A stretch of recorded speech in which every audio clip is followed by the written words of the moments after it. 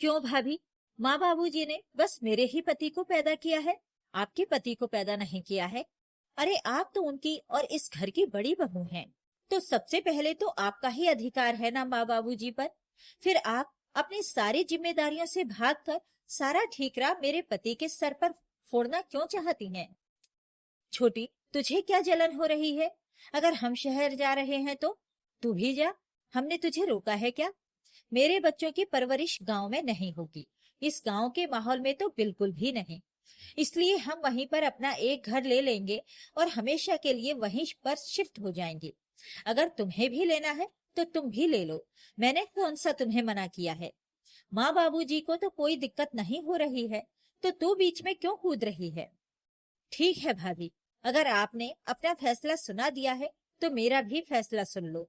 मैं भी अपने पति और बच्चों के साथ कहीं दूसरे शहर में चली जाऊंगी, लेकिन यहाँ रहकर जिम्मेदारियों का बोझ अकेले मुझसे भी नहीं संभाला जाएगा। गुस्से में पैर पटकती हुई छोटी बहू अपने कमरे में चली जाती है। दोनों बहुओं की लड़ाइयां लगातार केदार जी और शोभना जी देख रहे थे। शोभना जी की आंखों से लगातार आंसुओं की बरसात हो रही थी और केदार जी अपने घर को टूटते हुए देखकर सर पकड़कर बैठ गए। कितनी मेहनत से, कितने अरमानों के साथ उन्होंने ये घर बनाया था कि रिटायर होने के बाद बच्चों के साथ इस घर में रहेंगे। बाकी का बचा खुचा जीवन पोते पोतियों के साथ हंसते खेलते हुए बीतेंगे। कितना हसीन सपना था केदार जी का, लेकिन होता वही है जो भगवान को मंजूर होता है। केदार जी के सपनों को तोड़ने के लिए उनकी दो बहुएं सबसे आगे थी। बेटे तो शादी के बाद ही जोरू का गुलाम बन गए थे, जैसा उनकी पत्नियां कहती थी वैसा ही करते थे। माँ बाप की तो बिल्कुल भी फिक्र नहीं थी। आए दिन छोटी छोटी बातों को लेकर दोनों बहुओं में लड़ाइयां होती रहती थी। किसी को भी सामने बैठे सास ससुर केदार जी और शोभना जी का रत्ती भर भी डर नहीं रह गया था और ना ही उनकी कोई इज्जत रह गई थी।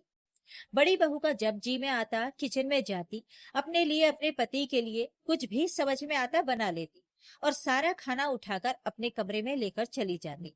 वही काम देखा देखी छोटी बहू ने भी शुरू कर दिया। दोनों ही अपने अपने परिवार के लिए खाना बना लेती और अपना खाना उठाकर कमरे में लेकर चली जाती। धीरे धीरे एक साथ सबका खाना भी बंद हो गया था। बेटे अपनी पत्नियों के साथ अपने अपने कमरे में ही खाना खा लेते थे। बाद में बचा हुआ खाना रहता था, दोनों बहू मिलकर बारी बारी से सास ससुर के आगे रख देती थी। वो भी बहुत बड़ा एहसान होता था।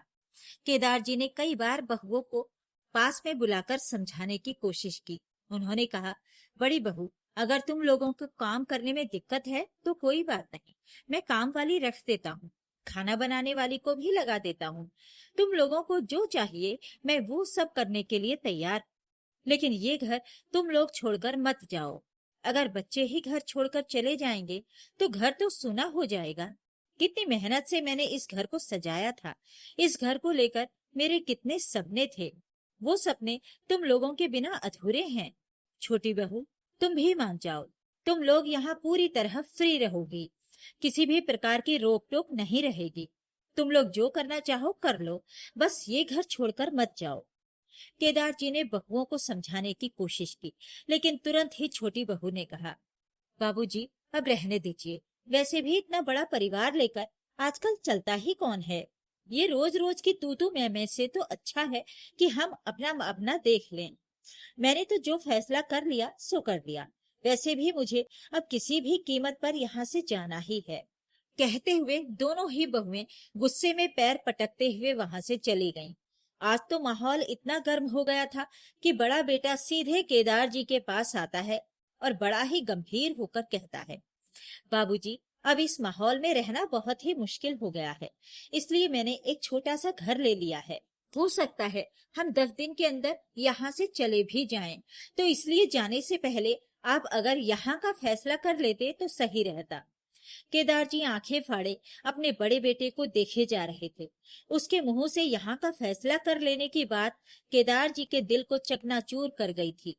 तभी पीछे से छोटा बेटा भी आता है और बड़े भाई की हाँ में हाँ मिलाते हुए कहता है, हाँ पापा, मुझे भी यही लगता है कि आप यहाँ का कुछ कर देते तो हम भी अपना कहीं और देख लेते, जहाँ 2 पैसा ढंग का मिल जाए, वहीं बस जाते। बच्चों की बातें सुन शोभना जी की सिसकियां निकल पड़ी। वो अपने आप को रोक नहीं पाई और अपने चेहरे को दोनों हाथों से ढकते हुए फूट फूट कर रोने लगी। केदार जी एकटक अपने बच्चों को देखे जा रहे थे। माँ के रोने का असर दोनों बच्चों के चेहरे पर रत्ती भर भी नहीं था। ऊपर से छोटा बेटा बोल पड़ा, माँ, ये क्या रोने धोने का नाटक लगाए पड़ी हो? ऐसी भी कौन सी बात हो गई है? हम लड़ाई थोड़ी कर रहे हैं, प्यार से ही तो अपने अपनी गृहस्थी संभाल रहे हैं। और वैसे भी ये तो एक न एक दिन होना ही है, दुनिया की रीत है। अब बच्चे इतने समझदार हो गए थे कि माँ बाप को भी समझाने लगे थे कि दुनिया की रीत क्या होती है। केदार जी के अंदर सैकड़ों तूफान उफन पड़े थे। एक हलचल सी मची थी उनके मन में, लेकिन शोभना जी के चलते उन्होंने अपने आप को रोक रखा था। लेकिन शायद शोभना जी इतनी मजबूत नहीं थी कि बच्चों की बातें सुनकर वो शांत रह जाएं। इसलिए बार बार उनकी आंखों से आंसुओं की धारा निकल ही आती थी। आखिर माँ का दिल था, बच्चों की बातों से उनका दिल छलनी हो जाता था। और कहते हैं कि मर्द अपने आप को मजबूत बनाकर रखते हैं, उनका दिल दिल नहीं पत्थर का होता है। लेकिन आज केदार जी का पत्थर दिल भी टूट गया था। आखिर कोई कब तक अपने आप को रोक के रखे? जिन बच्चों की खुशियों के लिए शोभना जी और केदार जी ने पूरी जिंदगी इतनी मेहनत की, उस मेहनत की बच्चों की नजरों में कोई कदर नहीं रह गई। ऊपर से शोभना जी का बार बार रोना केदार जी को और भी कमजोर करता जा रहा था। पूरी रात न शोभना जी सो पाई न केदार जी। और बच्चों को देखकर तो बिल्कुल भी एहसास ही नहीं हो रहा था कि वो कितना बड़ा कदम उठाने जा रहे हैं। उनके चेहरे पर तो खुशी ही दिखाई दे रही थी कि उनका अपना खुद का घर होगा, वो अपने अपने घरों के मालिक होंगे। पूरी रात करवटें बदलते हुए आखिर केदार जी ने एक फैसला लिया और अगली सुबह शोभना जी को अपने पास बैठाते हुए उनके हाथों को अपने हाथों में मजबूती से पकड़ते हुए बोले, शोभना, अब मैं जो कहने जा रहा हूँ उसे ध्यान से सुनना। बहुत हो गया तुम्हारा, बहुत कर ली हमने बच्चों के आगे मिन्नतें। अब ये बच्चे हमारे नहीं रह गए, ये अपनी अपनी पत्नियों के गुलाम हो चुके हैं। इसलिए उनसे ज्यादा उम्मीद लगाना मतलब खुद को खाई में धकेलने के बराबर है। हम ऐसे नालायक बच्चों के चक्कर में अपनी बची खुची जिंदगी भी बर्बाद नहीं कर सकते। इसलिए मैंने तुम्हारे ऊपर छोड़ दिया है। तुम्हें क्या करना है, क्या नहीं करना है, ये तुम देख लो। तुम जैसा कहोगी मुझे मंजूर रहेगा। अगर तुम बच्चों की खुशी में इस घर में बंटवारा कर दोगी तो भी मैं तुमसे कुछ नहीं कहूंगा। ये घर हम दोनों का सपना था। इस घर से हमारी यादें जुड़ी थी। हमारे खून पसीने की कमाई से ये घर बना था। अब इस घर का फैसला तुम्हारे हाथों में है। जो भी करना है सोच समझ के करना। तुम्हारे हर फैसले में मैं तुम्हारे साथ। कहते हुए केदार जी मजबूती के साथ शोभना जी का हाथ दबाते हैं और उन्हें विश्वास दिलाते हैं कि हमें एक मजबूत फैसला लेना होगा। शाम को जब बेटे ऑफिस से आए तो केदार जी ने दोनों बेटों को बुलाया। साथ साथ दोनों बहुएं भी आई। केदार जी और शोभना जी अपनी अपनी कुर्सियों पर बैठे थे। दोनों के चेहरे पर गंभीरता साफ साफ झलक रही थी और बहू के चेहरे पर खुशी की आज उन्हें उनका हिस्सा मिल जाएगा और फिर वो अपनी एक नई दुनिया बसाने चल पड़ेंगे। बेटे के चेहरे पर भी एक संतोष था कि कम से कम बिना लड़ाई झगड़े के उन लोगों ने अपनी अपनी गृहस्थी संभाल ली है। कमरे में काफी देर तक सन्नाटा फैला रहा। अंत में बड़े बेटे ने सन्नाटे को तोड़ते हुए कहा, बाबूजी, आपने हमें बुलाया? हाँ, बुलाया है तुम लोगों को। मेरा फैसला सुनना था ना, तो बस वही फैसला सुनाने के लिए ही तुम लोगों को यहाँ पर बुलाया है। कहते हुए केदार जी शोभना जी की ओर देखने लगे। शोभना जी के चेहरे पर दृढ़ता थी। आज उनकी आंखों में आंसुओं का नामो निशान नहीं था। चेहरे पर एक अलग ही आत्मविश्वास था। बच्चों को छोड़ देने का भी गम रत्ती भर दिखाई नहीं दे रहा था।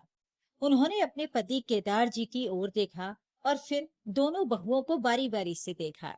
इसके बाद शोभना जी ने अपनी बहुओं को अपने पास बुलाया और उन दोनों को ही बड़े गौर से देखने लगी। सास को अपनी ओर लगातार देखते हुए दोनों बहुएं एक मिनट के लिए तो डर गईं। उन्हें बिल्कुल समझ में नहीं आया कि आखिर माँ जी उन्हें ऐसे लगातार क्यों देख रही हैं। वो एक दूसरे से इशारे में पूछती भी हैं, लेकिन दोनों को ही समझ में कुछ नहीं आता है। दोनों हैरानी से अपनी सास को देखती हैं।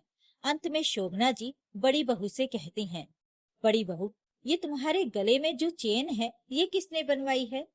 बड़ी बहू अपनी चेन को देखती है और अपनी सास की ओर देखकर कहती है, कौन बनवा सकता है माँ जी, मेरे पति ने ही बनवाई है। आप लोगों ने तो एक बार गहने दे दिए शादी में, फिर इसके बाद कभी कुछ बनवाया क्या? अच्छा, धीरे धीरे से बोली शोभना जी। छोटी बहू, तुमने भी बड़ी मोटी चेन पहन रखी है, ये भी तुम्हारे पति ने ही दिया होगा। हाँ माँ जी, और नहीं तो क्या, पति के सिवाय और कौन देने वाला है? एक बार और सोच में डूब गई शोभना जी। फिर बड़ी बहू से बोली, बहू, ये चेन क्या तुम मुझे दे सकती हो? इतना सुनते ही बड़ी बहू के चेहरे का भाव ही बदल गया। माँ जी, आप कैसी बातें कर रही हैं? भला मैं आपको अपनी चैन क्यों दूं? और वैसे भी ये कोई आपने तो हमें दी नहीं है जो आप मांग रही हैं। ये मेरे पति का दिया हुआ है, मेरे पति ने बनवाया है, ये मैं किसी को नहीं दे सकती। बड़ी बहू ने तो साफ साफ मना कर दिया। शोभना जी ने छोटी बहू की ओर देखा। पूरे कमरे में सन्नाटा था। छोटी बहू का दिल जोर जोर से धड़क रहा था। कहीं माँ जी मुझसे मेरी चैन न मांगने लगे हैं। दोनों बेटे भी हैरानी से माँ को देखे जा रहे थे और केदार जी शांत बैठे अपनी पत्नी की कार्यवाही को देख रहे थे। अंत में शोभना जी ने इस बार छोटी बहू से चैन मांगी। छोटी बहू, क्या तुम अपनी चैन मुझे दे सकती हो? बिल्कुल नहीं माँ जी, सवाल ही नहीं उठता है। एक यही तो मेरे पास ढंग का गहना है जो मैं पहन सकती हूँ, उसे भी मैं आपको दे दूं।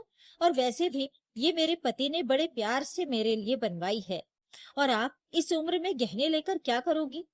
हाँ। छोटी बहू की बात सुन कुछ सोचते हुए शोभना जी उठ खड़ी हुई और अपने पति के पीछे जाकर खड़ी हो गईं और उनके कंधे पर अपना हाथ रखते हुए बोली, जब तुम लोग अपने पति की बनवाई हुई एक छोटी सी चेन नहीं दे सकती, क्योंकि उसमें तुम लोगों के पति का प्यार खून पसीने की कमाई छुपी हुई है, तो भला मैं अपने पति का प्यार, अपने पति के खून पसीने की कमाई, इतना बड़ा घर कैसे तुम लोगों को दे सकती हूँ? ये भी तो मेरे पति ने बनवाया है, अपने खून पसीने की कमाई से, बहुत ही प्यार से, बहुत ही मेहनत से। तुम लोगों के लिए अपने पतियों के दिए हुए इस छोटे से गहने का बहुत महत्व है। वैसे ही मेरे लिए भी पति का बनवाया हुआ या मेरा सपनों का घर मुझे जान से भी ज्यादा प्यारा है। इसलिए तुम लोग अपना अपना बोरिया बिस्तर यहाँ से उठा सकते हो और जाकर दुनिया के किसी भी कोने में अपना घर बसा सकते हो। हम ना तुम्हें कभी मिलने आएंगे, ना तुमसे कभी पूछने आएंगे, ना ही कभी तुम्हारा सपनों का घर देखने आएंगे, और यही है हमारा अंतिम फैसला। माँ के मुंह से ऐसा सुनते ही दोनों बेटों का मुंह लटक गया। बहुएं तो गुस्से में सास को देखने लगती हैं और अपने अपने पतियों को इशारा करती हैं कि जाकर वो बाबूजी से बात करें। जोरू के गुलाम बेटे भी केदार जी के पास जाते हैं और कहते हैं, बाबूजी, ये माँ क्या बोल रही हैं? आखिर इतने बड़े घर में आप लोग अकेले कैसे रहेंगे? और क्या होगा इस घर का? ऐसे ही ये खंडहर बन जाएगा, और वैसे भी हमारे सिवा आपका है ही कौन? अच्छा बेटा, चलो कम से कम तुम्हें ये तो याद है कि तुम्हारे सिवा हमारा है ही कौन। लेकिन तुम्हें ये क्यों याद नहीं रहा कि जब तुम लोग अपनी अपनी गृहस्थी के लिए दूसरे शहर जा रहे थे, तो माँ बाबूजी किसके सहारे रहेंगे? तब तो तुम्हें हमारी याद नहीं आई। अपनी माँ के फैसले को सुनने के बाद तुम्हें हमारी बड़ी याद आ रही है। बेटा, मैं अपनी पत्नी के फैसले के साथ, इसलिए अगर मेरी पत्नी ने कुछ फैसला कर लिया है तो उसे फिर दुनिया की कोई भी ताकत बदल नहीं सकती। सुना नहीं, तुम लोगों ने, तुम्हारी माँ ने क्या कहा? तुम लोग अपना अपना बोरिया बिस्तरा उठाओ और यहाँ से चलते बनो। हमें अब वैसे भी तुम लोगों की जरूरत नहीं रहेगी। तुम लोगों के साथ रहकर भी हम अकेले थे, दुखी थे, तो बेहतर होगा कि तुम लोगों के बिना हम अकेले ही रहें। कम से कम खुश तो रहेंगे। अब हमारी जिंदगी हमें हमारे हिसाब से जीने दो। यही दुनिया की रीत है बेटा। जैसे तुम लोगों को अपनी अपनी गृहस्थी, अपनी अपनी जिंदगी अपनी पत्नियों के साथ जीने का हक है, वैसे ही वही हक मेरे लिए भी है। अब तुम लोग हमारी चिंता मत करना, हम यहाँ बिल्कुल अकेले रहने वाले नहीं हैं। दुनिया में ऐसे हजार माँ बाप होंगे जो हमारी तरह ही बदनसीब होंगे, जिनकी तुम लोगों जैसी नालायक औलादें होंगी। हम ऐसे ऐसे लोगों को ढूंढ ढूंढ कर इस घर में लेकर आएंगे और सबके साथ मिल बांट कर रहेंगे, क्योंकि अपनों से ज्यादा पराये अपने होते हैं। खून के रिश्ते से ज्यादा दोस्त काम आते हैं। आखिर मैंने इतना बड़ा घर बनवाया है तो इसका कुछ अच्छा उपयोग ही कर लेंगे, ताकि ऊपर वाले के यहाँ जाकर मुझे पछताना ना पड़े।